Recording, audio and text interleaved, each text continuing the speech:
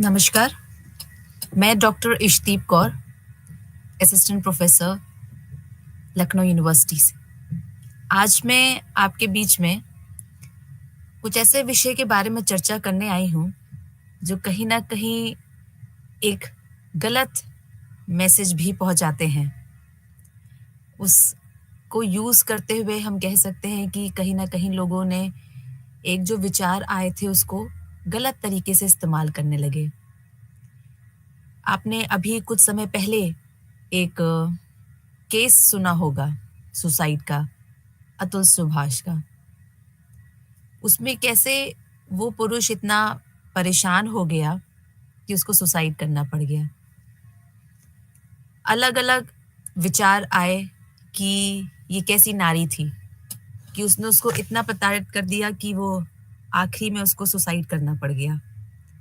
और जब वो सुसाइड करने गया तो उसने अपनी सारी चीज़ें बहुत व्यवस्थित तरीके से सब कुछ लिखी, बताई कि मेरे साथ क्या हुआ, क्या अच्छा, क्या बुरा और आगे क्या हो सकता है, इन सब चीज़ों के बारे में। इसी से जुड़ा एक मैं आज विषय के बारे में आपसे चर्चा करने आई हूँ, जो छोटे-छोटे हम लोग चीज़ों को पढ़ते हैं, एक जैसे विचार हम लोग जिसे कहते हैं फेमिनिज़्म, नारीवाद के बारे में, उत्तर आधुनिकतावाद के बारे में और उत्तर उपनिवेशवाद के बारे में। पहले शब्द की मैं बात करूँ तो नारीवाद, जिसे हम फेमिनिज़्म भी कहते हैं। मैंने इस एग्ज़ाम्पल का यूज़ इसलिए किया कि कैसे उस लेडी ने फेमिनिज़्म के मुद्दे को बताते हुए कि मेरे साथ गलत हुआ और मैंने ऐसा किया, अपनी चीज़ों को आवाज़ दी। लोगों ने इस चीज़ को लेकर उस पे भी उँगली उठाई कि एक नारी कैसे अपने हक की चीज़ों को गलत तरीके से उसने इस्तेमाल किया। पर जो नारीवाद मैं कहूँ कि जो ये सिद्धांत आया था, ये सिद्धांत उन पिछड़े या मैं कहूँ ऐसा वर्ग जो उस समय जिसके साथ बहुत गलत हो रहा था, उनके लिए आवाज़ उठाने के लिए आया था। हमारे मानव विज्ञान में भी ऐसे बहुत सारे सैद्धांतिक दृष्टिकोण आपको थ्योरेटिकल पर्सपेक्टिव्स देखने को मिलते हैं, जहाँ पे हम अपने समाज को, अपनी संस्कृति को पढ़ने के लिए हम लोग इन्हें पढ़ते हैं। यही सारे हम कहें कि हमारे जो सिद्धांत हैं, चाहे वो नारीवाद हो, उत्तर आधुनिकतावाद जिसे हम पोस्ट मॉडर्निज़्म भी कहते हैं, उत्तर उपनिवेशवाद भी जिसे पोस्ट कॉलोनिज़्म कहते हैं। ये सब कुछ ऐसी थ्योरीज़ या सिद्धांत आए थे, जो 20वीं सदी में आए थे। और मैं कह सकती हूँ कि करीबन-करीबन मिड 20th सेंचुरी में 20वीं सदी के मध्य में ये सब विचार आए थे कि हमारे समाज में क्या चल रहा है, चाहे वो हमारे जेंडर से रिलेटेड हो, चाहे लैंगिक से रिलेटेड हो, चाहे वो हमारे कास्ट को लेकर हो, क्या चीज़ें गलत हो रही, क्या समाज में चल रहा है, इन सबको समझने के लिए सारे विचार आए थे या मैं कहूँ ये सारी चीज़ें आई थी। नारीवाद की अगर मैं बात करूँ तो नारीवाद, फेमिनिज़्म जब ये सिद्धांत आया, तब समाज में देखा जा रहा था कि कैसे लिंग संबंधी भेदभाव हो रहा है। तो इन्हीं लिंग संबंधी मुद्दों को समझने के लिए ये नारीवाद का मैं कह सकती हूँ उसको शामिल किया गया मानव विज्ञान में। क्योंकि हम सब जानते हैं कि मानव विज्ञान में कैसे हम अपने समाज को पढ़ते हैं, हम पर्टिकुलर इंडिविजुअल कम्युनिटी को देखते हैं कि उसमें क्या हो रहा है, कैसे चलता है समाज, क्या चीज़ें आती हैं। उस समाज में मनुष्य कैसे रहता है, क्या करता है? तो उस मनुष्य की जब हम बात करते हैं, तो उस मानव की जब हम बात करते हैं, तो उस मानव में कहीं न कहीं महिला भी आती है।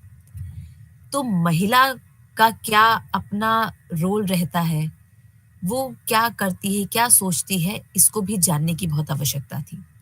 क्योंकि जब भी हम देखते हैं कि हम अगर फेमिनिज़्म को अगर हम समझने की अगर कोशिश करें, तो फेमिनिज़्म अगर हम देखें तो एक सामाजिक और राजनीतिक आंदोलन जो शुरू हुआ था और उसमें महिलाओं को कैसे अवसर मिलना चाहिए, अब महिलाओं को क्या अधिकार मिलना चाहिए, इसके बारे में उन्होंने बात करी थी।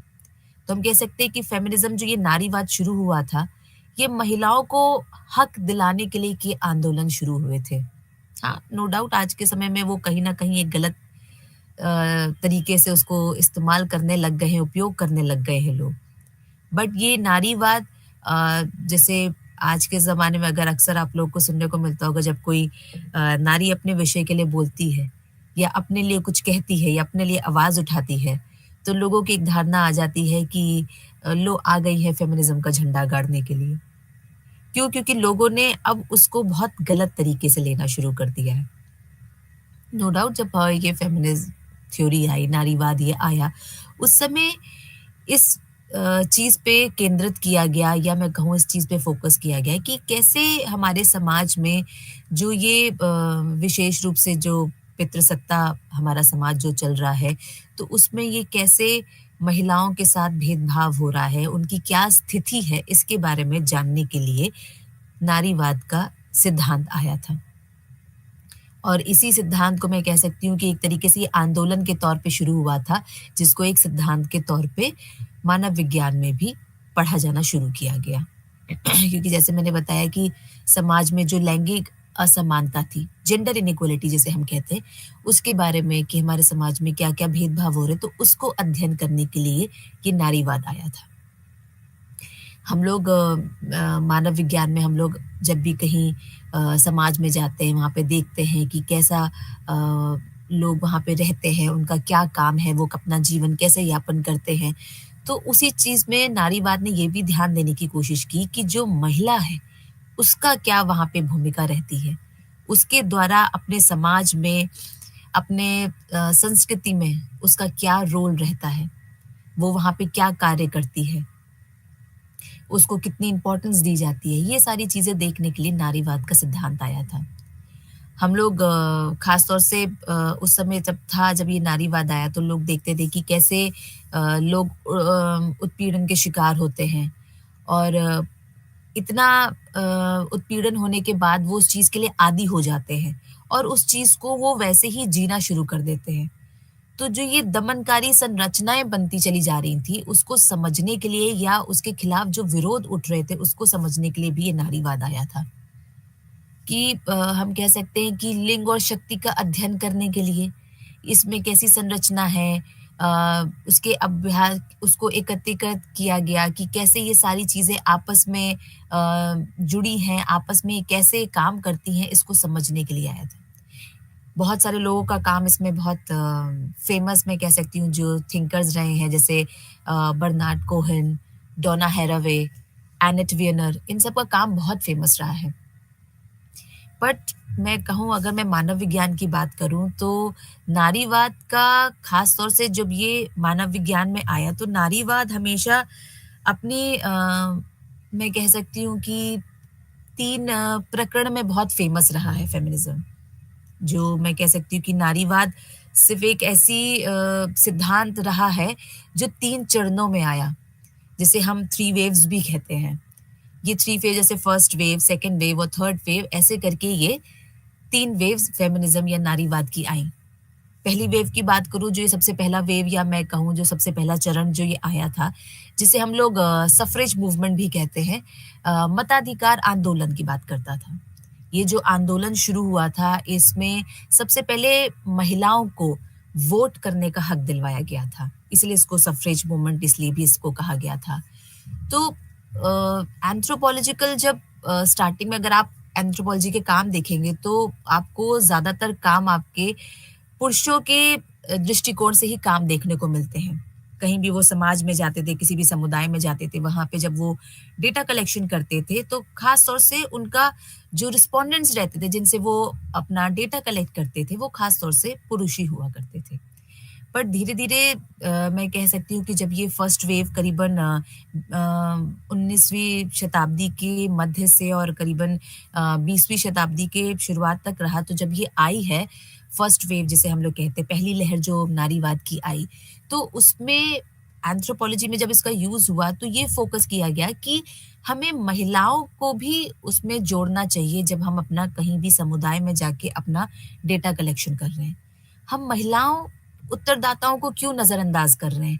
हमें उनका भी नज़रिया जानने की ज़रूरत है। उनका भी हम उन्हें भी उपयोग करें अपना डेटा कलेक्शन करने के लिए। उनका अनुभव जानें, उनका सामाजिक व्यवहार कैसा रहता है, हमें ये भी जानने की बहुत आवश्यकता है। इसी प्रकार हम कह सकते हैं कि एक नई अंडरस्टैंडिंग सोसाइटी की बन पाएगी, क्योंकि हम सिर्फ़ एक ही पहलू लेके सोच रहे थे कि पुरुष क्या सोचते हैं। बट महिला क्या सोचती है, महिला का क्या रोल रहता है समाज में, अपने समाज को चलाने के लिए, ये भी बहुत आवश्यकता थी इसको जानने के लिए। हम कह सकते हैं कि ऐसी बहुत सारी महिला मानव विज्ञानी भी रही हैं, जिनके द्वारा हम कह सकते हैं कि नारीवाद के काम का शुरुआत हुई, या हम कह सकते हैं कि उन्होंने इस काम को बहुत आगे बढ़ाया। जैसे कि एल्सी क्लूज़ पार्सन थी, एलिस फ्लेचर थी, फाइलिस कैबरी रही हैं। ये सब ऐसे कुछ हम कह सकते हैं कि फ़ेमस लोग रहे हैं, जिन्होंने हम कह सकते हैं कि महिलाओं को लेकर अपनी आवाज़ उठाई या अपने विचारों को व्यक्त किया। एल्सी की बात करूँ तो ये देखा जाए तो वैसे वो समाजशास्त्री रही हैं, बट इनका कहीं न कहीं झुकाव या कह सकते हैं एक इंटरेस्ट एंथ्रोपोलॉजी मानव विज्ञान में भी आया।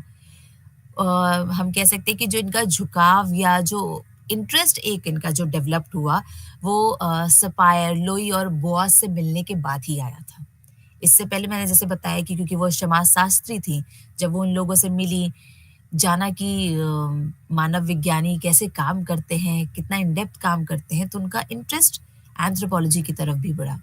तो बेसिकली मैं जैसे कह सकती हूँ कि वो एकेडमिक नहीं थी, बट उनका जो इंटरेस्ट था कि कैसे हम लोग समुदाय में जाके एक बहुत गहरा अध्ययन करते हैं, इस चीज़ों को उन्होंने बहुत इस चीज़ को अट्रैक्ट किया। और जब वो फ़ील्ड पे गई तो उन्होंने महिला उत्तरदाताओं को उपयोग किया, उनसे सवाल पूछे, उनसे कह सकते हैं कि पुनर्विचार किया कि कैसे उनका भी रोल रहता है समाज को चलाने के लिए। ऐसे ही एक अमेरिकन इंडियन एलिस फ्लेचर रही हैं। उन्होंने भी महिलाओं के ऊपर बहुत सारा काम लिखा है। फाइलिस कैबरी थी, जैसे मैंने अभी इनसे पहले नाम बताया था, कि इन्होंने महिलाओं के सामने आने वाले जो सामाजिक और राजनीतिक मुद्दे होते हैं, उनके बारे में बात की, कि वो कैसे समाज को सोचती हैं या उनका आपस में क्या रिश्ता रहता है, इसके बारे में। इनकी बहुत एक फ़ेमस बुक रही है, women of the grass fields, 1952 1952 में आई थी ये किताब, जो पर्टिकुलरली उन्होंने महिलाओं के और उनके विकास को लेकर उन्होंने इस बारे में बात करी थी। जैसे मैंने बताया कि जब मानव विज्ञान में जब लोग काम करते थे, तो जितने भी जो पुरुष मानव विज्ञानी रहे हैं, उन्होंने कभी भी महिलाओं को उतनी तवज्जो नहीं दी, उनके ऊपर कभी फोकस नहीं किया, इंटरेस्ट ही नहीं शो किया। अगर मैं बात करूं कि उनसे जवाब लेने के लिए उन्होंने कभी उस पर ध्यान ही नहीं दिया। बट अगर मैं महिलाओं के काम को लेकर अगर हम अपने मानव विज्ञान में बात करूँ, तो सबसे पहले जो महिला ने काम किया, जिसका काम बहुत फेमस रहा मानव विज्ञान में, वो थी Margaret Mead. Culture and personality के सेशन में मैंने इनके बारे में बहुत अच्छा एक विषय आपके सामने रखा भी था, कि मार्गरेट मीड का 1920 में जब उन्होंने काम शुरू किया, तो अपने काम के लिए कितनी प्रसिद्ध रही थी। हम कह सकते हैं कि इसी के बाद जैसे हम बात करें कि 1920 और 1980 के बीच में नारीवाद की दूसरी लहर आई, जिसे हम लोग सेकेंड वेव ऑफ फेमिनिज्म भी कहते हैं। इस वेव ने, या मैं कहूँ कि इस लहर ने, सेक्स और जेंडर के अंतर को बताने की कोशिश की है। क्योंकि आज भी अगर हम कहीं पूछते हैं, अगर बताते हैं, तो आज भी काफ़ी लोगों को ये नहीं पता होता है कि सेक्स और जेंडर में क्या फ़र्क होता है या क्या डिफ़रेंस होता है। इस चीज़ के बारे में लोगों ने, मैं कहूँ कि जो दूसरी लहर आई थी, इसके बारे में चर्चा करना शुरू किया था। अब जैसे मैं मार्केट मीड के बारे में बताई थी, तो मार्केट मीड ने भी पर्टिकुलरली जेंडर का रोल क्या रहता है, सेक्स में ये डिफरेंस क्यों रहता है, इसके बारे में इन्होंने काम करने, या मैं कहूँ अपना विज़न दिया था। इन्होंने बताया था कि कैसे महिला अलग-अलग कल्चर में उनका अपना अलग-अलग एक्सपीरियंस होता है, उनका अपना अलग-अलग स्वभाव रहता है। ये सारी चीज़ें आपको देखने को मिलती हैं, और महिलाओं में जो ये व्यवहार बनता है, तो ये व्यवहार स्वाभाविक नहीं है, बल्कि सांस्कृतिक रूप से इसको बनाया जाता है। क्योंकि हमारे कल्चर में हमको जैसे सिखाया जाता है, हम वैसे ही बनते हैं। तो महिलाओं का जो एक तरीके से उनका जो स्वभाव बनता है, वो कल्चर यानी कि उनकी संस्कृति में उनको जैसा सिखाया जाता है, वो वैसे बनती है। जैसे उनका एक काम रहा है, coming of age in Samoa, sex and temperament in 3 primitive societies. ये बहुत फेमस काम रहे हैं मार्केट मीड के। इन्होंने जैसे बताया कि सांस्कृतिक कार्य ही मुख्य रूप से हम कह सकते हैं कि स्त्रीत्व और पुरुषत्व की धाराओं को आकार देने के लिए ज़िम्मेदार होते हैं। जैसे मैंने कहा कि सांस्कृतिक यानी कि आपकी संस्कृति आपको बताती है कि आपका स्वभाव कैसा होना चाहिए। करीबन-करीबन मैं बात करूँ कि मिड 20th सेंचुरी में उसी समय एक थिंकर आए थे सिमोन डी बिवोर इन और बेटी फ्राइडन। इनका भी काम में हम कह सकते हैं कि नारीवाद में उन्होंने अपना एक योगदान दिया था। सिमोन डी बिवोर की तो एक काफ़ी फ़ेमस बुक रही है द सेकंड सेक्स, यानी कि दूसरा लिंग के बारे में उन्होंने बात की थी कि यानी कि महिलाओं के बारे में बात की कि हम आज भी उनको दूसरी श्रेणी में रखते हैं। हम अपने समाज में उनको अलग ही कंसिडर करते हैं, उनको बराबरी का हक नहीं देते हैं। ये 1952 में उनकी बुक आई थी जो बहुत फ़ेमस रही थी। उन्होंने बताया कि कैसे जो महिलाएँ मतलब जब पैदा होती हैं तो महिलाएँ महिला के रूप में पैदा नहीं होती हैं, बल्कि जो ये हमारा समाज होता है, ये समाज हमारी भूमिका निर्धारित करता है कि हमें कैसे उठना है, कैसे बैठना है। आप घर पे अक्सर देखते होंगे कि अगर बहुत ज़ोर से हँस दो तो हमारी माताएँ हम लोग को टोक देती हैं कि नहीं ज़ोर से नहीं हँसना चाहिए, लड़की हो तुम, ऐसे नहीं बैठना चाहिए, ढंग से चलना चाहिए। ये सारी चीज़ें क्या है, ये हमारे समाज में यानी कि हमारे कल्चर ने, हमारी संस्कृति ने हमें उठना-बैठना सिखा दिया। पुरुषों को ये सारी चीज़ें नहीं सिखाई जाती, अगर वो ज़ोर से हँस रहे तो उनको कभी नहीं टोका जाएगा। बट महिला अगर ज़ोर से हँस दे तो उसको टोक दिया जाता है, कि आपको ऐसे नहीं करना है। ऐसे ही फ्रेडेंस की आई थी फेमिनिन मिस्टीक 1963 में 1963 में उनकी बुक आई थी, वो भी काफ़ी फ़ेमस रही है। इन्होंने अमेरिका की जो हाउसवाइफ्स होती हैं, उन पे काम किया कि उनका क्या काम रहता है, वो कैसे अपने दुनिया में खुश रहती है कि नहीं रहती क्योंकि उनकी दुनिया बस वो चार दीवारी में स्टक होके रह जाती है। वो उतनी ही चार दीवारी में बंद के रह जाती हैं। तो उनके क्या नज़रिया है, उनका कैसा जीवन है, इसके बारे में उन्होंने काम किया था। इसमें इन्होंने हम कह सकते हैं दूसरी लहर जो नारीवाद की आई थी उसके बारे में उन्होंने बहुत फ़ोकस किया था। ऐसे ही एलेनोर लियोलॉक्स रही हैं, तो इनका भी काम मतलब हम कह सकते हैं कि लैंगिक भेदभाव के बारे में उन्होंने काम किया है, कि कैसे जो पिछड़े वर्ग के लोग होते हैं उनको कैसे दबाया जाता है, भेदभाव किया जाता है, इसके बारे में काम किया। 1970 में मिशेल रुसोल्डो, लुइस लैम्फ़िर इन्होंने सबसे पहले हम कह सकते हैं कि मेल सेंट्रिक जो एंथ्रोपोलॉजी में विज़न चल रहा था, उसके बारे में इन्होंने सबसे पहले उँगली उठाई या मैं कहूँ पॉइंट आउट किया था। कि उन्होंने उनकी एक बुक आई थी वुमेन कल्चर एंड सोसाइटी। इस बुक में इन्होंने बताया था कि कैसे महिलाओं का जो एक स्टेटस रहता है, ये कैसे हम कह सकते हैं समाज में जो लिंग और महिलाओं की स्थिति है, उस पे गौर करने की आवश्यकता, उस पे ध्यान देने की आवश्यकता है। हम लोग एक क्रम से बंध गए हैं। हम कैसे उनको सीमित उनको कर दिया है, इसके बारे में इन्होंने बात करी थी। फेमिनिस्ट मैं कहूँ कि जो नारीवाद है, इन्होंने एक तरीके से फेमिनिस्ट एंथ्रोपोलॉजी में पर्टिकुलरली फोकस ये किया था कि हमें खुद को कैसे इम्पोर्टेंस देनी है, इसके बारे में विषय रखा गया था। ऐसे ही और भी बहुत फेमस मानव विज्ञानी रहे हैं जैसे राइना राइटर, गायल रूबिन, शेरी ऑटनर, ये सब बहुत फेमस एंथ्रोपोलॉजिस्ट रहे हैं जिन्होंने इस पे काम किया है। गायल रूबिन की बात करूँ तो इन्होंने जेंडर और सेक्स जेंडर सिस्टम को कैसे डिफरेंस होता है, कैसे सपोर्ट करता है, इसके बारे में बात करी। जैविक व्यवहार सामाजिक व्यवहार से कैसे अलग है, इसके बारे में इन्होंने बात की। शेरी ऑटनर की बात करूँ तो इनका एक काम रहा था is female to male as nature is to culture. इन्होंने पुरुषों को कल्चर से और विमेन को महिलाओं को नेचर से रिलेट करते हुए डिफरेंस बताया था कि कैसे पुरुष जब नेचर को डोमिनेट करते हैं वैसे ही वो महिलाओं को भी कंट्रोल करते हैं। बैकोइनियन का काम भी काफ़ी फेमस रहा है कि कैसे उन्होंने बताया कि महिलाएं भी बौद्धिक क्षमता रखती हैं, उनके भी विचार जानने की बहुत आवश्यकता है। एंजल्स का कह सकते हैं कि उन्होंने काम किया तो उन्होंने बताया था कि महिलाएं भी उतना ही हार्ड वर्क करती हैं, उतनी ही मेहनत करती हैं जितने पुरुष करते हैं, बस उनको पे नहीं किया जाता है, उनको सैलरी नहीं मिलती है, इसलिए उनको अनपेड लेबर भी कहा जाता है। हमारी आज भी हम अपनी माताओं को देखें तो वो इतना काम करती हैं बट हम उनको कुछ भी पे नहीं करते हैं, इसलिए वो अनपेड लेबर में ही आ जाते हैं कि उनको कुछ दिया नहीं जाता है और उनके काम की वक़्त भी नहीं की जाती है। इसी सारे विचार से मार्क्सिस्ट फेमिनिस्ट थ्योरी की भी हम कह सकते हैं कि शुरुआत हुई थी, जहाँ पे महिलाओं को कैसे दबाया जाता है, क्यों दबाया जाता है, इसके बारे में बात किया गया था। अ, सत 1970 के आसपास में शिर्ले आर्डनर, पैट कैप्लन, जैनेट बुजुर्ग ऐसे बहुत सारे नाम रहे हैं जिन्होंने मार्क्सिस्ट फेमिनिस्ट को उपयोग करते हुए अपने विचार रखे। फिर उसके बाद करीबन 1980 में तीसरी लहर आई थी नारीवाद की, जिसमें कि कैसे लिंग और कामुकता जिसे हम जेंडर और सेक्सुअलिटी बोलते हैं, इसके बारे में चर्चा की थी।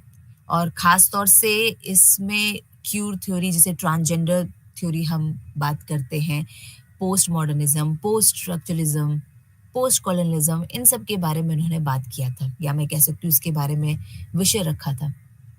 इसी में हेरिटा मोरे हैं जिनका काम फेमिनिज्म एंड एंथ्रोपोलॉजी बहुत फेमस रहा है जिस पे उन्होंने कह सकते हैं प्रमुख 2 बिंदु के बारे में बात किया है कि कैसे हमारा जो लिंग भेद है ये कैसे अन्य सामाजिक भेदों से अंतर रखता है, चाहे जैसे शक्ति हो गया, वर्ग हो गया, कास्ट हो गई, जातीयता हो गई, इन सब से ये कैसे अलग हो जाते हैं।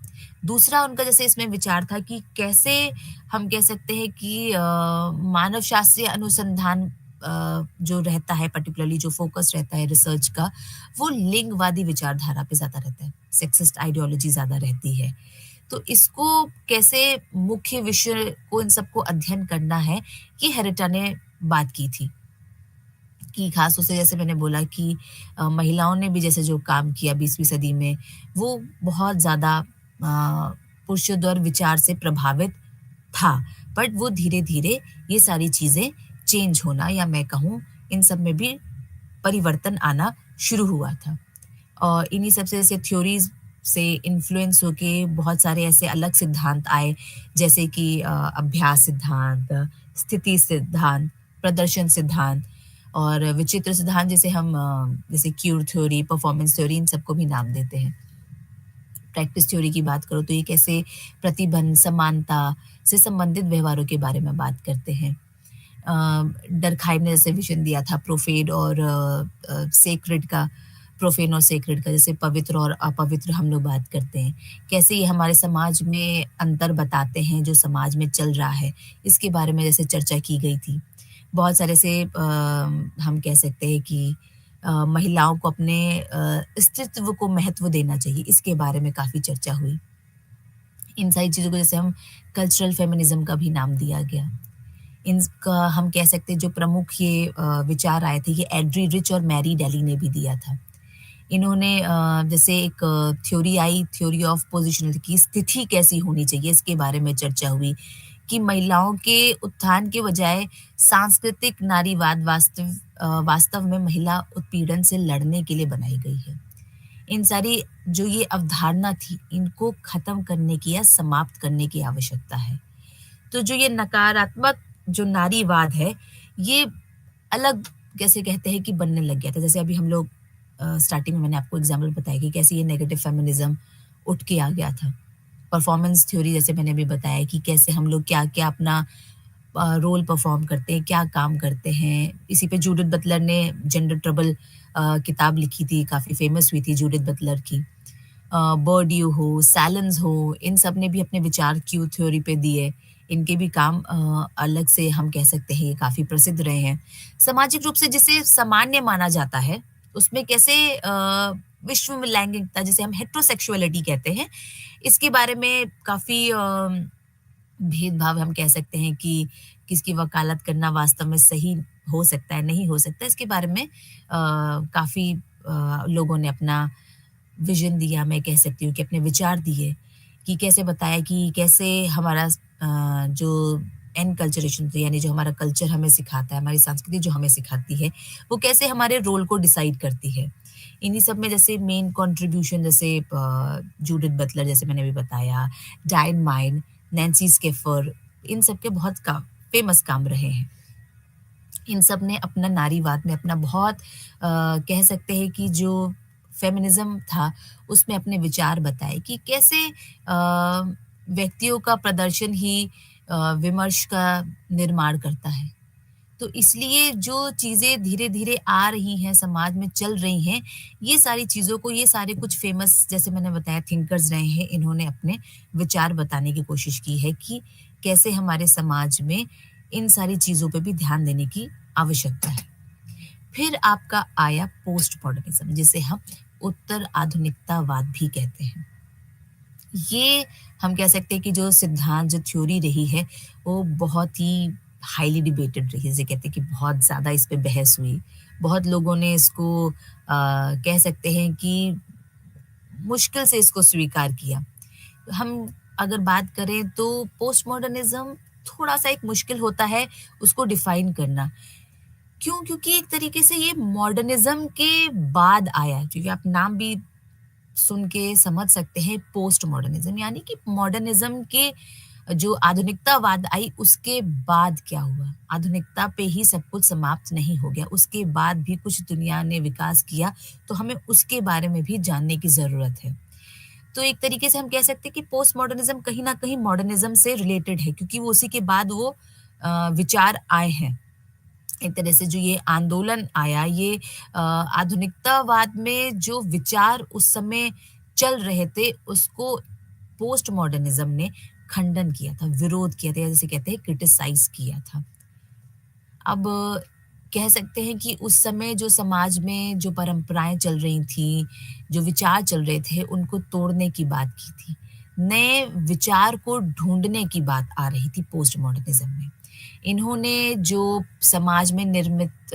वास्तविकताएं हैं जो सच्चाई है सोशल रियलिटीज जिसे हम कहते हैं उस पे सवाल उठाया था पोस्ट मॉडर्निज्म अगर मैं बात करूं मानव शास्त्र में तो ये जीवन की निश्चित व्यवस्था पे इन्होंने सवाल उठाया था कि उन्होंने पूछ कि जानना चाहा था कि कैसे हमारे समाज में जो ये सोशल रियलिटीज हैं यानी कि सामाजिक वास्तविकता है, उसको जानने की बहुत ज़रूरत है।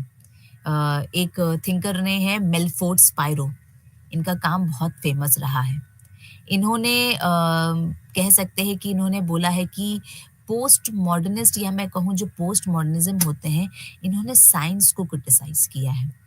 इन्होंने बोला है कि कैसे एपिस्टेमोलॉजिकल और आइडियोलॉजिकल यानी कि ज्ञान मीमांसा और वैचारिक में कैसे आपस में इंटर रिलेटेड होते हैं दोनों सब्जेक्टिव हैं यानी कि हम कह सकते हैं कि व्यक्तिपरकता की बात करते हैं दोनों दोनों इसी पे आधारित है सब्जेक्टिविटी पे बट इन्होंने बात की है कि जैसे एक उन्होंने विषय रखा कि कैसे एंथ्रोपोलॉजी साइंस नहीं हो सकती इस चीज को उन्होंने क्रिटिसाइज किया कि अगर हम सब्जेक्टिविटी की बात कर रहे हैं तो कैसे वो साइंटिफिक हो सकती है जैसे उन्होंने बोला कि हम लोग जो वास्तुनिष्ठा की बात करते हैं ये सारा क्या है ये एक इल्यूजन है ऑब्जेक्टिविटी टोटल इल्यूजन की बात करी उन्होंने कहा ये सब भ्रम है सारी चीजें जो इन्होंने अपना विजन दिया कि जैसे जो उत्पीड़ित समूह हैं महिलाएं हैं या जातीय समूह हैं तो इनको ये सब क्या है कि तीसरी दुनिया के लोगों को इन सबको नष्ट कर रहे हैं तो इनको जानने की समझने की बहुत आवश्यकता है तो जैसे मैंने बताया कि पोस्ट मॉडर्निज्म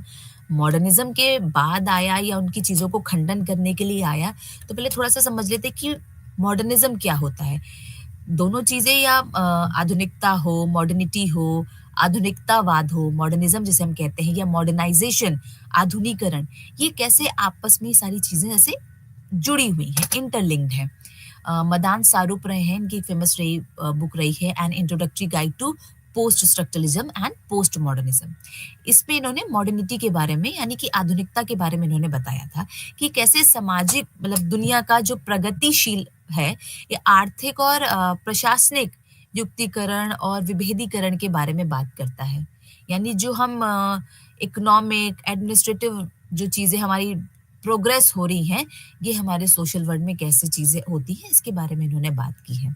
मॉडर्निज़्म की बात करूँ, जैसे आधुनिकतावाद के बारे में बात करें, तो इन्होंने इसमें क्रिस स्निप ने अपना एक डेफिनेशन दी थी। उन्होंने बोला है कि एक सौंदर्यात्मक विकास जो होता है, जो 19वीं और 20वीं शताब्दी के अंत में हुआ है, वो कैसे परिवर्तन आया है, सामाजिक परिस्थितियों में कैसे हिंसक परिवर्तन लाया है, ये है आपका आधुनिकतावाद। ये सारी, जैसे उन्होंने बोला कि ये दोनों कॉन्सेप्ट आत्मचेतना और प्रतिवर्तित है, यानी सेल्फ कॉन्शियसनेस और रिफ्लेक्सिवनेस को बिल्ड अप करता है। कैसे हमारे समाज में ये परिवर्तन सामंतवाद से औद्योगिकवाद की ओर हम लोग बढ़े हैं, इसके बारे में बात करने की कोशिश की है इस पीरियड में। ये एक तरीके से ज्ञानोदय आंदोलन था मॉडर्निज्म।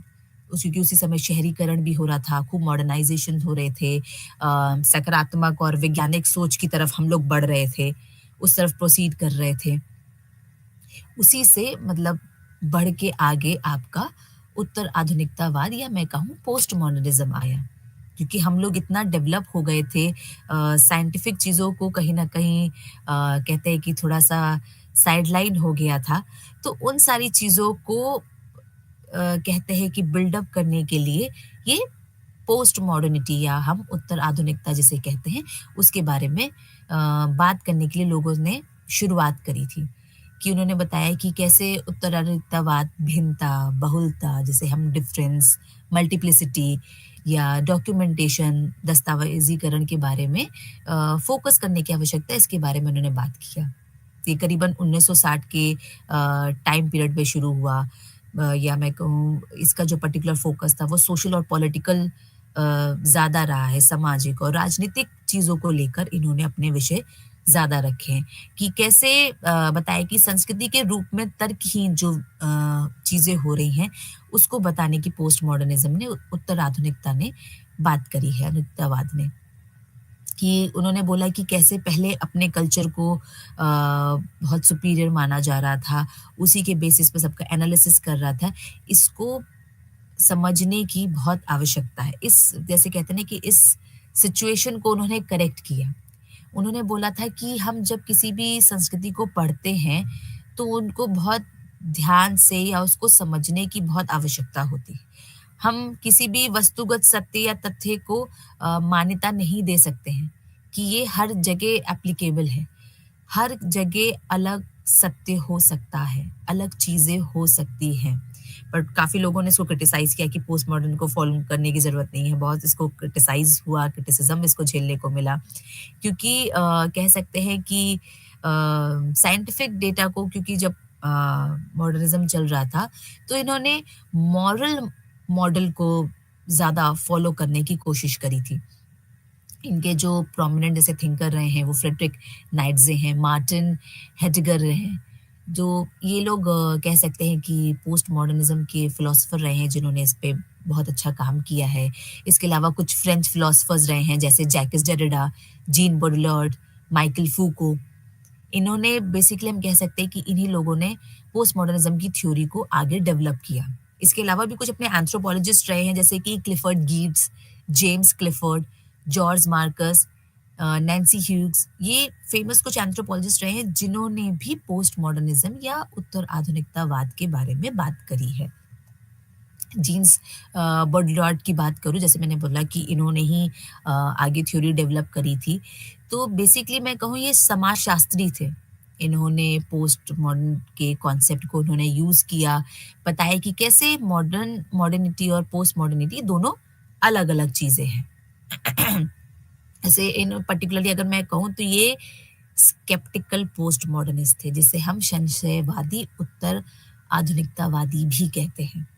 ये इन्होंने रोस्नॉय के काम था डिवीजन ऑफ पोस्ट मॉडर्निज्म, उससे थोड़ा सा इन्फ्लुएंस होके इन्होंने बात की थी।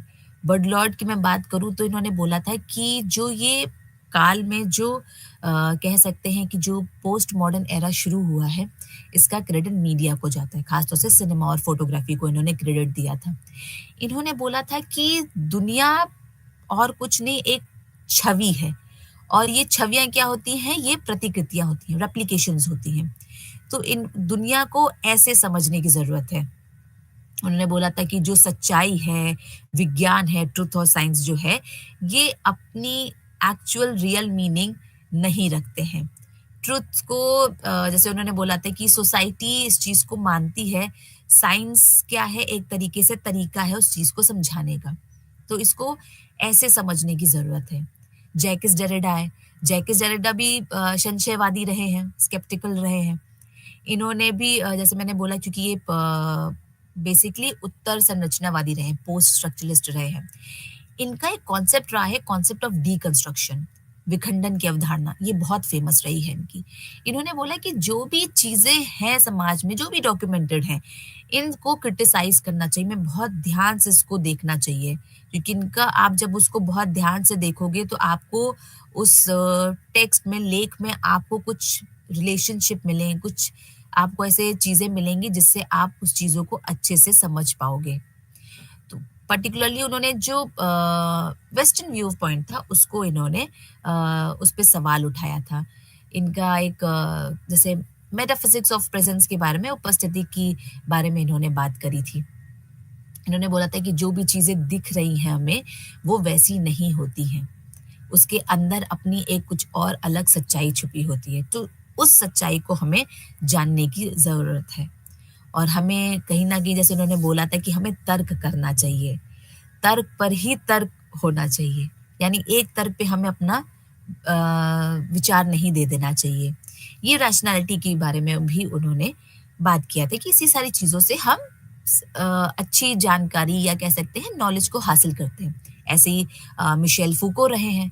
मिशेल फूको भी फ्रेंच फिलोसोफर रहे हैं, फ्रांसीसी दार्शनिक रहे हैं। इनका जो पर्टिकुलर जैसे हम कह सकते हैं कि उन्होंने बोला था कि समाज में जो सत्य हैं, वो स्थायी नहीं है, परमानेंट नहीं है। वास्तव में वो धीरे-धीरे समय के साथ चेंज होते हैं, परिवर्तन या जैसे बदल जाते हैं। तो उन्होंने सत्ता की जो राजनीति होती है, पॉलिटिक्स ऑफ पावर होती है, इसके बारे में उन्होंने बात करने की कोशिश की है। ये सारे उनके मतलब जैसे कह सकते हैं कि बेस रहे हैं उनकी पोस्ट मॉडर्निज़्म की थ्योरी को बताने के लिए। उन्होंने बताया था कि जो ये फैक्ट होते हैं, इनको ध्यान से देखने की, समझने की ज़रूरत होती है क्योंकि ये पीछे की चीज़ों को या हमारे इतिहास को बताने की चीज़ों की कोशिश रहती है। तो उनका मानना है कि जब हम इन सारी चीज़ों को बहुत ध्यान से हम देखते हैं, तो इनके अंदर एक कुछ छुपे हुए हिस्से होते हैं। वो छिपे हुए हिस्से को जब हम समझ लेते हैं, तो हमें एक अच्छी जानकारी या मैं कहूँ कि एक विद्या हासिल हो जाती है। तो हम कह सकते हैं कि फूको भी बहुत प्राइम पोस्ट मॉडर्निस्ट रहे हैं। काफ़ी मेन थिंकर इन सब में रहे हैं, तो उनका जैसे मानना था कि इस समाज में, इस दुनिया में कोई भी कह सकते हैं कि पूरा सत्य नहीं है। जब हम उसको बात करते हैं, जब हम उसको तोड़ के इस चीज़ों को समझते हैं, तो वो चीज़ें हमें बेहतर समझ में आती हैं।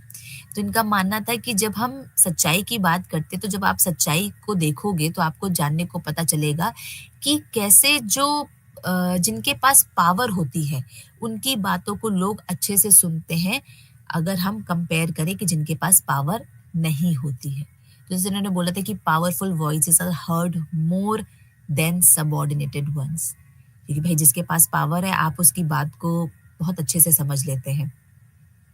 ये सारी चीज़ें देखने और समझने की बहुत ज़रूरत है। ऐसी क्लिफ़र्ड गिब्स हैं, क्लिफ़र्ड गिब्स का भी काम पोस्ट मॉडर्निज़्म में काफ़ी फ़ेमस रहा है। उन्होंने बताया था कि कैसे 2 भागों में ये बँटा हुआ है। एक जिसे साहित्य कंट्रोल करता है और एक भाग हो जाता है जिसे राजनीतिक चीज़ें कंट्रोल करती हैं। यहाँ भी पावर को समझने की बहुत आवश्यकता है। इन्होंने व्याख्यान जो नैरेटिव्स होते हैं उनके समझने के लिए उन्होंने इस चीज़ पे जैसे कहते हैं कि फ़ोकस किया था। ऐसे ही जेम्स क्लिफ़ोर्ड थे। जेम्स क्लिफ़ोर्ड का भी विचार बहुत अच्छा रहा है, जैसे उन्होंने बोला था कि उन्होंने इस विचार का समर्थन किया कि कैसे मानव विज्ञान का अध्ययन और लेखन में वास्तुनिष्ठ दृष्टिकोण संभव नहीं है। हम एकदम हर चीज़ में ऑब्जेक्टिविटी नहीं ला सकते हैं, क्योंकि एथनोग्राफी बहुत एक डिटेल वर्क होता है, बट हमें चीज़ों पे अनकॉन्शियस चीज़ें जो सामने आती हैं, हमें उस पे भी ध्यान देने की आवश्यकता होती है।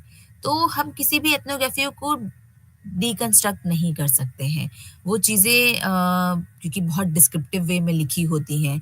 इन्होंने क्लिफ़र्ड गेट से थोड़ा-सा इनके विचार अलग रहे हैं। उन्होंने कुछ और बताया है और इन्होंने अलग उनसे थोड़ा-सा अलग बताने की कोशिश की है। तो उन्होंने बोला था कि कैसे एक एथनोग्राफर जो होते हैं, मानव विज्ञानी होते हैं, जब किसी समुदाय को पढ़ते हैं, तो कितनी डिटेल में उसके बारे में जानकारी लेकर आते हैं, तो हम उसमें बहुत सारी चीज़ों को नहीं कर सकते हैं एनालिसिस। जैसे नैन्सी थी, ये बेसिकली तो देखा जाए कि मेडिकल एंथ्रोपोलॉजी की प्रोफ़ेसर रही हैं कैलिफ़ोर्निया में। इनका मानना है था कि कैसे संस्कृति और समाज का जो नैतिक या आचारिक रूप से अगर आप उसको समझोगे, तो आप उसको अध्ययन या उसका मूल्यांकन इस तौर पे नहीं आप कर सकते हो। तो यानी कि हमें कल्चर और सोसाइटी को मॉरली और एथिकली हर चीज़ को इवैल्यूएट करके समझने की आवश्यकता नहीं है। इनका एक काम रहा है प्राइमेसी ऑफ द एथिकल और डेथ विदाउट वीपिंग, ये काम इनका बहुत फेमस रहा है। इन्होंने मतलब हम कह सकते हैं कि पोस्ट मॉडर्निज्म का अगर पर्सपेक्टिव की अगर मैं बात करूं तो बहुत सारी ऐसी चीज़ें रही हैं जिसकी वजह से क्रिटिसाइज हुआ और एक वक्त पे आते पे ये समाप्त हो गया था। उसी के बाद कह सकते हैं कि एक बहुत बड़ी और फिर एक सिद्धांत बना पोस्ट कॉलोनिज्म, जिसे हम उत्तर उपनिवेशवाद भी कहते हैं। अब अगर मैं बात करूं पोस्ट कॉलोनिज्म की, तो उसे हम कह सकते हैं कि जो ये थ्योरी आई या जो ये सिद्धांत आया, जो पर्टिकुलरली इसका जो फोकस था, या मैं कहूँ कि जो इन्होंने जो इनके मुख्य बिंदु रहे हैं कि इन्होंने बोला था कि ज्ञान के जो उत्पादन होता है, उपनिवेशों का जो प्रतिनिधित्व होता है, उनके साथ में होता है। इन चीज़ों को समझने की ज़रूरत है। पोस्ट कॉलोनिज़्म जैसे जो मैं कह सकती हूँ कि इन्होंने जो फ़ोकस किया है, तो वो जैसे हिस्टोरिकल, ऐतिहासिक, राजनीतिक, सामाजिक, इन सारी चीज़ों पे उन्होंने ज़्यादा फ़ोकस किया है। इन्होंने डिफरेंसेस जैसे बताने की कोशिश की है कि कैसे हमारे जो पश्चिमी हो जाते हैं और गैर पश्चिमी जो उपनिवेशित होते हैं, इनको कैसे समझा जाए, इनके बीच में पोस्ट कॉलोनिज्म ने इसके बारे में बात करी है। 16वीं शताब्दी के आसपास ये करीबन थ्योरी हम कह सकते हैं, ये सिद्धांत आया था। पोस्ट कॉलोनिज्म का जो सबसे हम कह सकते हैं कि उपनिवेशवाद का जो फोकस था, या मैं कहूँ जो इनका विचार था, ये सांस्कृतिक और साहित्यिक अध्ययन से प्रभावित था। इनका जो सिद्धांत हम कह सकते हैं वो सांस्कृतिक और साहित्यिक ही रहा है। इन्होंने जैसे एक ई बोहमर रहे हैं, इन्होंने एक जैसे डेफिनेशन दी, बताया कि कैसे ट्रांसफॉर्मेशन हो जाता है। तो ये बहुत अनइक्वल फॉर्म्स में जो पॉलिटिकल और कल्चरल अथॉरिटी रहती है, उसको जो 20वीं शताब्दी में रहे हैं, उसको समझने की ज़रूरत है। पोस्ट कॉलोनिज्म हम कह सकते हैं कि जो पर्टिकुलर थ्योरी रही है, ये संयुक्ताक्षर संबंधी को आवश्यकता कैसे होती है, इसको समझने की ज़रूरत है। और इसी पे इन्होंने छोटी-छोटी इसकी थ्योरीज़ बहुत इसमें फ़ेमस रही हैं, जैसे ऑल्टरिटी की, डायस्पोरा की, यूसेंट्रिज्म, हाइब्रिडिटी, इम्पेरियलिज्म। जैसे हम ऑल्टरिटी से बात करें, परिवर्तन, डायस्पोरा जैसे प्रवासी, और यूरोसेंट्रिसिज्म जैसे यूरो केंद्रीयता, हाइब्रिडिटी जैसे हम संकरता, इम्पेरियलिज्म जैसे साम्राज्यवाद, इन सब की जो बात करते हैं, ये सारी चीज़ों को पोस्ट कॉलोनिज्म ने बात करने की इसमें अपने विचार व्यक्त किए थे। उन्होंने बताया कि कैसे ऑल्टरिटी जो होती है, बात करती है कैसे अपना व्यक्तित्व या समूह में किसी को भाग लेने की अपनी पहचान की कमी हो जाती है, उसके बारे में ऑल्टरिटी ने या परिवर्तन ने बात करने की, या कह सकते हैं कि कोशिश करी है। एडवर्ड सैड ने ऐसे बोला है कि उनकी एक फेमस बुक रही है कॉलोनाइज्ड करके, उसमें उन्होंने बोला है कि to challenge and resist settled metropolitan histories, forms and modes of thought. यानी इन सब चीज़ों को, जो मेट्रोपॉलिटन सिटीज़ में जो इतिहास है, कैसे चल रहा है, उनके कैसे विचार हैं, इसको जब आप चैलेंज करोगे, समझोगे, तो आप अच्छे से बेहतर से इसको समझ सकते हो। एक तरीके से मानव विज्ञान में एंथ्रोपोलॉजी जो आया, ये पोस्ट कॉलोनिज्म यानी कि जो आया, एक तरीके से एक काल की शुरुआत थी जहाँ की जो इनहैबिटेंट्स रहे हैं, जो कॉलोनीज रही हैं, उनके बारे में डिस्क्रिप्शन कहाँ से जैसे मिलता था, जैसे एडमिनिस्ट्रेटर्स से, मिशनरी से, वेस्टर्न ट्रैवलर से, तो उनके जानने के लिए, या मैं कह सकती हूँ कि उनको समझने के लिए जो चीज़ें शुरू हुई थी, चाहे वो मिशनरीज़ के द्वारा हो, वेस्टर्न ट्रैवलर्स के द्वारा हो, तो उनको कैसे समझना है, उनके लैंग्वेज में हम कह सकते हैं, इसके बारे में पोस्ट कॉलोनिज़्म ने ख़ास तौर से फ़ोकस किया था। इनके जैसे जो प्रोमिनेंट थिंकर्स रहे हैं, जैसे एडवर्ड सैड के जैसे बारे में अभी मैंने बताया, गायत्री सिपाइक, अर्जुन अपोदराय, अकबर अहमद, होमी भाभा, ये सारे पर्टिकुलर ऐसे थिंकर्स नहीं हैं जिन्होंने पोस्ट कॉलोनिज़्म के बारे में इन्होंने बात करी। एडवर्ड सैड के बारे में बात करूँ, जैसे इनका एक काम रहा है ओरिएंटलिज़्म के बारे में। ओरिएंटलिज्म उनका एक लेख आया था। उसपे जैसे उन्होंने बताया था कि कैसे पश्चिमी लोग पूर्वी लोगों से मतलब उनको कैसे मापते हैं, इसके बारे में उन्होंने बताया था कि जो पश्चिमी लोग होते हैं वो पूर्वी लोग को कैसे देखते हैं, उनको कैसे अपने से अलग समझते हैं, उनके वो अपने चीज़ों को अलग-अलग कैसे देखते हैं, इसके बारे में उन्होंने बात किए थे। तो उन्होंने बताया कि कैसे उन लोगों को वो कैसे वीक और इंफीरियर और एक सेकेंडरी उस पे समझते हैं, इन सारी चीज़ों के बारे में उन्होंने बताया था। सैड का क्या एक ओरिएंटलिज़्म जो उनका विचार था, उन्होंने बताया था कि ये बहुत ज़्यादा कह सकते हो कि बहुत प्रचलित नहीं हुआ था, करीबन 1980 में जब ये आया था, बहुत ज़्यादा इतना प्रचलित नहीं हुआ था। इन चीज़ों को काफ़ी क्योंकि उनका मानना था कि जितना भी जो राज्य हैं जो संचालित हुए हैं, ये सारे एक तरीके से कह सकते हैं कि एक विज़न से होल्ड हुए हैं, या एक पावर ने सबको कंट्रोल किया। इस चीज़ को लोगों ने थोड़ा-सा क्रिटिसाइज़ किया, या कह सकते हैं इसको विरोध किया था। ऐसी गायत्री स्पाइवक आई थी। ये एक तरह से मतलब आप भारतीय ही रही हैं, और इनका जो काम रहा है कैन द सबाल्टर्न स्पीक, बहुत काफ़ी फ़ेमस रहा है। इन्होंने जो एक लेख लिखा था, इन्होंने इसमें पोस्ट कॉलोनिज़्म के बारे में इन्होंने एक्सप्लेन किया था कि कैसे ये जो कॉलोनियल ऑपरेशन चल रहा है, इसके बारे में इन्होंने करीब बताया था।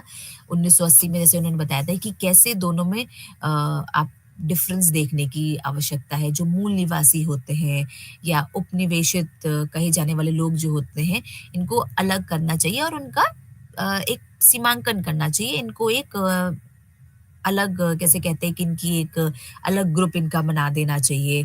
जैसे जो माइग्रेंट्स होते हैं, जो प्रवासी होते हैं, जो शरण चाहने वाले जो लोग होते हैं, इनको एक अलग उसमें ग्रुप में, या मैं कह सकती हूँ एक अलग कैटेगरी में इंक्लूड करना चाहिए। इनका ऐसा विचार था।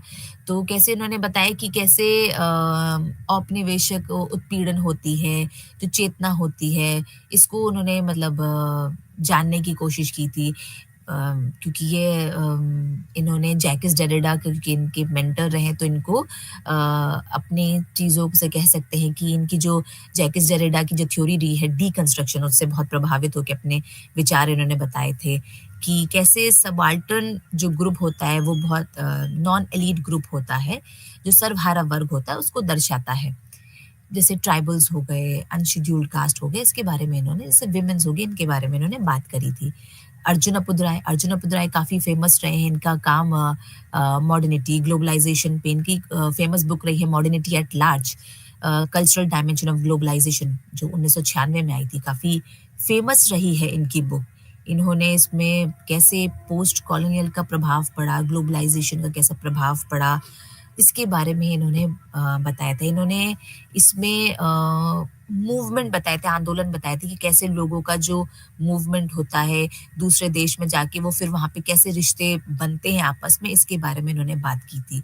इसको इन्होंने 5 तरीके के इन्होंने लैंडस्केप से इसको समझाने की कोशिश की थी, जैसे एथनोस्केप, टेक्नोस्केप, फाइनेंसस्केप, मीडियास्केप, आइडियोस्केप। ये 5 स्केप इन्होंने यूज़ किए थे और उन्होंने बताया था कि कैसे जब इनका प्रभाव पड़ता है, यानी एथनोस्केप जैसे मनुष्य का, टेक्नोलॉजी का, टेक्नोस्केप, फाइनेंस, पैसों का, मीडिया में प्रभाव, आइडियोस्केप यानी आइडियोलॉजी का, ये कैसे एक दूसरे पे प्रभाव डालती हैं और परिवर्तन लाते हैं, इसके बारे में इन्होंने बात करी थी।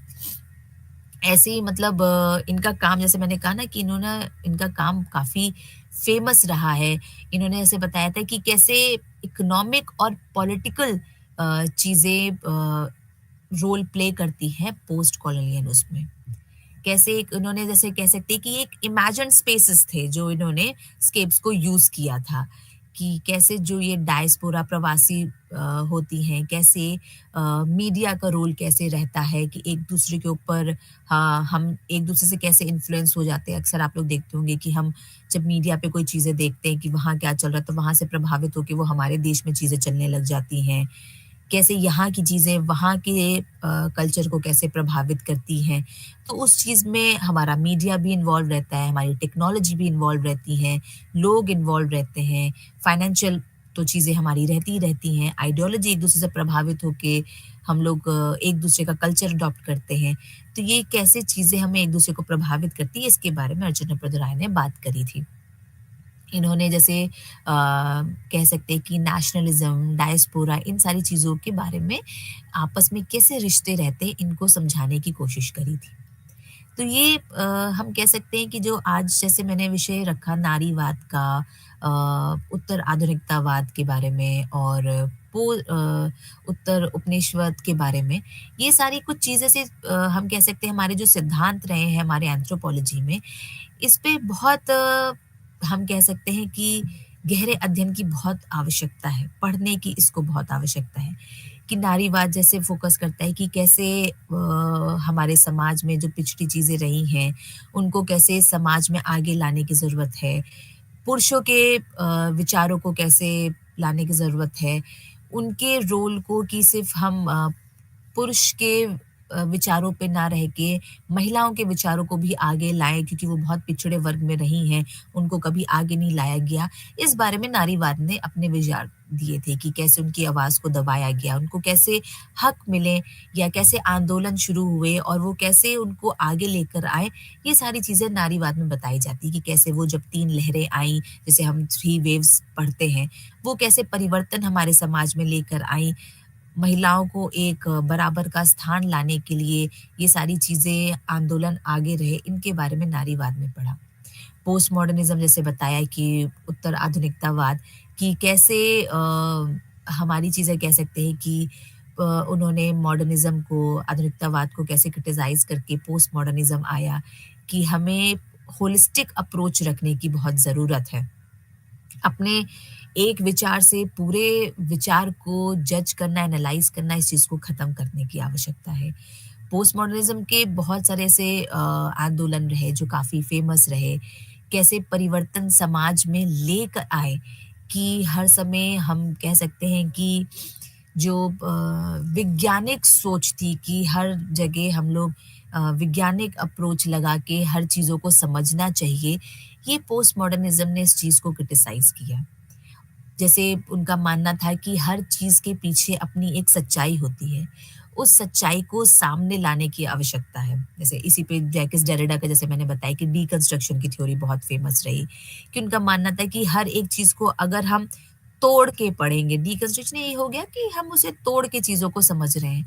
तो जब हम किसी चीज़ों को तोड़ के समझने की कोशिश करते हैं, तो हमें वो चीज़ें बेहतर समझ में आती हैं।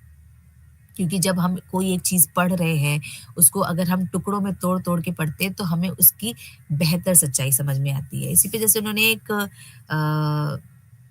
पॉइंट आया था, जैसे मुझे इस पे ध्यान आया कि लोग कहते हैं कि जब हम किसी लेख को पढ़ते हैं या किसी कहानी को पढ़ते हैं, तो उस कहानी को पढ़ने के लिए हमें उस ऑथर के या उस लेखक के नज़रिए को समझने की बहुत आवश्यकता होती है। उस लेखक ने अपने लेख को किस मनोदशा में लिखा था कि क्या बताना चाहा था, इसको समझने की बहुत आवश्यकता होती है। क्योंकि यही जब समझने में गलती होती है, तो हम उस लेख को या उस सच्चाई को समझ नहीं पाते हैं। यहीं पे एक कॉन्सेप्ट आता है the death of the author. Death of the author यानी हम कहें कि जो लेखक होती है, उसकी मृत्यु हो जाती है। कब? जब हम उसके द्वारा लिखे हुए लेख को समझ नहीं पाते हैं। क्योंकि जो वो बताना चाह रहा होता है या बताना चाह रही होती हैं, जब हम उसे नहीं समझ पा रहे हैं और अगर हम उसे अपने विज़न में या अपने नज़रिए से समझ रहे हैं, तो एक तरीके से हम उस लेख के साथ गलत कर रहे हैं, उस लेखक के साथ गलत कर रहे हैं। तो इसीलिए जब भी कोई लेख लिखा होता है, तो इसलिए लोग कहते हैं कि जब वो किसी भी लेखक ने जो लिखा है, हमें उसकी मनोदशा समझने की बहुत आवश्यकता है, कि उसने क्या मनोदशा में उस चीज़ को लिखा और वो क्या बताना चाह रहा है। इसी पे क्या होता है जब हमारे समझने की क्षमता को गलत हो जाता है, तो हम कॉन्सेप्ट को मिस इंटरप्रेट कर देते हैं, गलत समझ लेते हैं और फिर जब हम गलत समझते हैं तो हम आगे जब किसी और को समझाते हैं, तो हम उसे भी वो चीज़ गलत समझाते हैं। तो इसीलिए तभी उन्होंने कहा कि डीकंस्ट्रक्शन होना चाहिए, यानी हम अगर चीज़ों को तोड़-तोड़ के समझेंगे तो हमें उसके अंदर जो छुपी हुई सच्चाई होती है, वो सच्चाई बाहर आ सकती है और वो जब बाहर आती है सच्चाई, तो हम उसको समझ सकते हैं। जैसे तभी से उन्होंने बोला कि हमें तर्क करना चाहिए। हर चीज़ें जो आ रही हैं, उसे एज़ इट इज़ हमें एक्सेप्ट नहीं करना चाहिए। हमें जब हम किसी चीज़ पे तर्क करते हैं, उसको बेहतर समझने की कोशिश करते हैं, तो हम उसके पीछे जो वो चीज़ें घटना हो रही हैं, वो क्यों घटित हुई हैं, वो हमें समझने में आसानी होती है। क्योंकि हर एक चीज़ को जब अगर अक्सर आप लोग देखते होंगे जब क्योंकि ये जब ये कहते हैं कि तर्क करना चाहिए, तो अक्सर हम लोग अपने माँ-बाप जब हमें कुछ सिखाते हैं, समझाते हैं, तो हम लोग उनसे भी तर्क करने लग जाते हैं। नहीं, क्योंकि साइंस ने सिखाया है कि तर्क करना चाहिए। हमें समझना चाहिए कि ये ऐसा क्यों होता है। देखिए तर्क करना गलत नहीं होता है या तर्क करके अपनी चीज़ों को अपने विषय को सामने रखना और उनके नज़रिए को समझना इसमें गलत नहीं है। हाँ, बट वो तर्क सही दिशा में जाना चाहिए, गलत दिशा में नहीं जाना चाहिए। कि अगर आप किसी से तर्क कर रहे हैं और वो तर्क की भाषा भी बहुत संयम होनी चाहिए। क्योंकि आप सामने वाले को गलत साबित करने के लिए नहीं है। आप तर्क इसलिए कर रहे हैं कि आप अपनी बात को सामने रख सकें। तो जिसकी वजह से हमने अपनी भाषा को बहुत संयम रखने की ज़रूरत होती है। तभी कहते हैं कि तर्क भी अगर आप कर रहे हैं, तो वो तर्क में भी आप अपनी सच्चाई को यानी कि जो सामने विषय है, उसकी सच्चाई को आप जान पाते हैं। तो इसीलिए तर्क करना भी बहुत ज़रूरी हो जाता है। ऐसे ही निवेशवाद भी कहता है, उनके अपने अलग विचार आए। उनका कहना है कि जो चीज़ें समाज में चल रही हैं या कह सकते हैं कि जो प्रतिकथन की बात करी है, वो पोस्ट कॉलोनिज़्म ने बात करी है। वो बोलते हैं कि कैसे हमारे जो सिद्धांत हैं, जो हमारी चीज़ें हैं, सांस्कृतिक हैं, साहित्यिक अध्ययन है, इसको पढ़ने की या मैं कहूँ कि इसकी एक दृष्टि देखने की बहुत आवश्यकता है। क्योंकि हर जगह हम अपनी चीज़ों को अलग तरीके से समझते हैं। जैसे इसी में उपनिवेशवाद ने ऑल्टरिटी या जैसे हम कहें परिवर्तन के बारे में बात की, डायस्पोरा के बारे में बात करी, प्रवासी के बारे में, हाइब्रिडिटी के बारे में बात करी कि कैसे संकरता होती है, यूरोसेंट्रिज़्म के बारे में बात करी, इम्पीरियलिज़्म के बारे में बात की, किस ऐसे साम्राज्यवाद होता है कि कैसी प्रवासी चीज़ें बाहर के लोग कैसे अपनी चीज़ों को बाहर जाके अडॉप्ट करते हैं, दूसरी चीज़ों को कैसे सीखते हैं। यूरोसेंट्रिज्म में कैसे यूरोपियन कल्चर नॉन यूरोपियन पे हावी रहता है, वो कैसे उनकी चीज़ों को सीखते हैं। हाइब्रिडिटी 2 चीज़ों को मिंगल करके कैसे समाज में चलता है। साम्राज्यवाद कैसे हायर अथॉरिटी कंट्रोल करती। इन सारी चीज़ों के बारे में पोस्ट कॉलोनिज़्म ने हम कह सकते हैं उत्तर उपनिवेशवाद में इसके बारे में बात किया था। इन्होंने एंटी कॉलोनियल पॉलिटिकल रेजिस्टेंस जिसे हम उपनिवेशवाद विरोधी राजनीतिक प्रतिरोध के बारे में बात करते हैं, वो इन्होंने फ़ोकस किया। ओरिएंटलिज़्म जो काम आया एडवर्ड सैड ने, उन्होंने इसके बारे में बहुत अच्छा कह सकते हैं कि इसके बारे में एक्सप्लेन किया। बहुत फ़ेमस थिंकर्स आए एडवर्ड सैड, गायत्री स्पाइवक, इन्होंने अपने-अपने अलग-अलग विचार दिए। गायत्री स्पाइवक जैसे मैंने बताया कि भारतीय थी, तो इन्होंने अपने विचार इस पे दिए हैं। तो ये कुछ ऐसे विषय थे कि जिनको लगता है कि समझने की हमारे समाज में क्या चल रहा है, क्या चीज़ें हो रही हैं, इनके द्वारा हम अपना एक नज़रिया बना पाते हैं। चाहे वो नारीवाद के द्वारा हो, चाहे वो हमारा उपनिवेशवाद हो, पोस्ट कॉलोनिज़्म हो, चाहे पोस्ट मॉडर्निज़्म हो यानी कि उत्तर आधुनिकतावाद हो, इसके बारे में समझने के लिए पढ़ने की बहुत आवश्यकता होती है। क्यों? क्योंकि हम अपने समाज में चीज़ें क्या हो रही हैं, इनके द्वारा हम समझ पाते हैं और अपना एक नज़रिया बना पाते हैं। तो ये था आपका नारीवाद, पोस्ट मॉडर्निज़्म और उत्तर आधुनिकतावाद और उत्तर उपनिवेशवाद। ये सारी चीज़ें एंथ्रोपोलॉजी में या मानव शास्त्र में कैसे उपयोगी रही हैं, ये सारी चीज़ें आज मैंने आपके बीच में चर्चा की हैं। बहुत-बहुत धन्यवाद मुझे सुनने के लिए। नमस्कार।